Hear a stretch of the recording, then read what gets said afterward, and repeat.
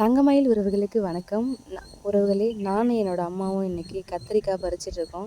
இன்னைக்கு வீடியோவை எங்கள் அண்ணா எடுத்துகிட்டு இருக்காங்க. நம்ம தங்கமயில் தோட்டத்தில் நிறைய வகையான பழமரக்கன்று நட்டுருக்கோம். அதில் கொய்யாக்காய் மரமும் இருக்குது. இந்த கொய்யாக்காய் பாருங்கள், செங்காவாக இருக்கா பார்த்தீங்களா? இன்னும் இருக்குது பாருங்கள். இங்கே ஒரு காய் சூரிய ஒளியில் ரொம்ப அழகாக இருக்குது பாருங்கள். அதையும் நம்ம பறிச்சிக்கலாம்.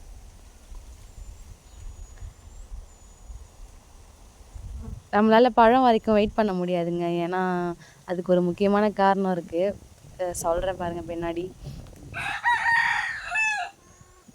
எனக்கு விவசாயம் பற்றி அதிகமாக தெரியாதுங்க. கத்திரிக்காய் எப்படி நடவு செய்யணும், அது எப்படி பறிக்கணும், அதெல்லாம் எனக்கு தெரியாது. புதுசாக நான் இப்போ தான் முத பண்ணியிருக்கேன். அதனால தெரிஞ்ச அளவுக்கு ஏதோ பண்ணிட்டோம். எங்கள் அப்பா அம்மாவும் தோட்டப்பயிரெலாம் அதிகமாக வச்சதில்லை. நாங்கள் இதுக்கு முன்னாடி வெறும் நெல் மட்டும்தான் பயிர் வச்சிட்ருந்தோம். நல்லா இருக்கா பாருங்க கொய்யாக்கா. எங்கள் அண்ணா வச்சுருக்காங்க கையில். இந்த பக்கம் பாருங்கள், நிறைய செடி செத்து போச்சு வெள்ளத்தில். ரொம்ப அடம்பாக வச்சுருந்தேங்க. ஆனால் இப்போது நிறைய செத்து போச்சு. இலெல்லாம் கொட்டிடுச்சுங்க. ஒரு காய் பிஞ்சு கூட இல்லைங்க. இப்போது முதல் கூட இதுதான். இதை பறிச்சாச்சு. இன்னும் கொஞ்சம் கத்திரிக்காய் இருக்குது. நம்ம அதை போய் பறிச்சிட்டு வந்துடலாம். என்னோடய தலையில் இருக்க இந்த ரோஜா பூ கூட எங்கள் அம்மா வச்சது தான். தங்கமயில் தோட்டத்தில் இன்னும் கலர் கலராக இருக்குது. நிறைய கத்திரிக்காய் செடி செத்து போச்சுங்க. ரொம்ப வருத்தமாக இருக்குது. அதில் இலை கூட இல்லைங்க. ஆடி 18க்கு விதை போடுவாங்க எல்லோரும். நம்ம அப்படி போடலை. நம்ம ஆடி மாதம் லாஸ்ட்டில் தான் போட்டோம்.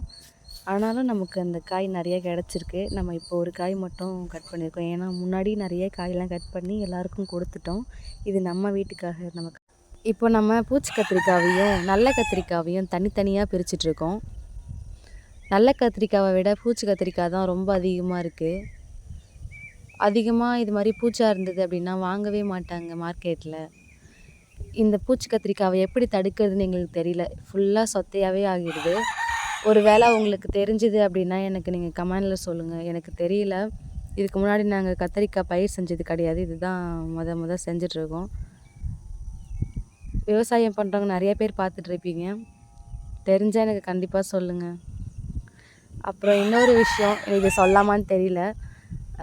பூச்சி கத்திரிக்காய் தான் உடம்புக்கு நல்லது அப்படின்னு எங்கள் வீட்டில் சொல்லுவாங்க. ஏன்னா அதில் மருந்து படாத கத்திரிக்காய், அது நம்ம உடம்புக்கு நல்லது. ஒரு பக்கம் பூச்சி இருந்தாலும் அதை கட் பண்ணி போட்டுட்டு மீதி இருக்க கத்திரிக்காவை நம்ம செய்யணும் அப்படின்னு சொல்லுவாங்க.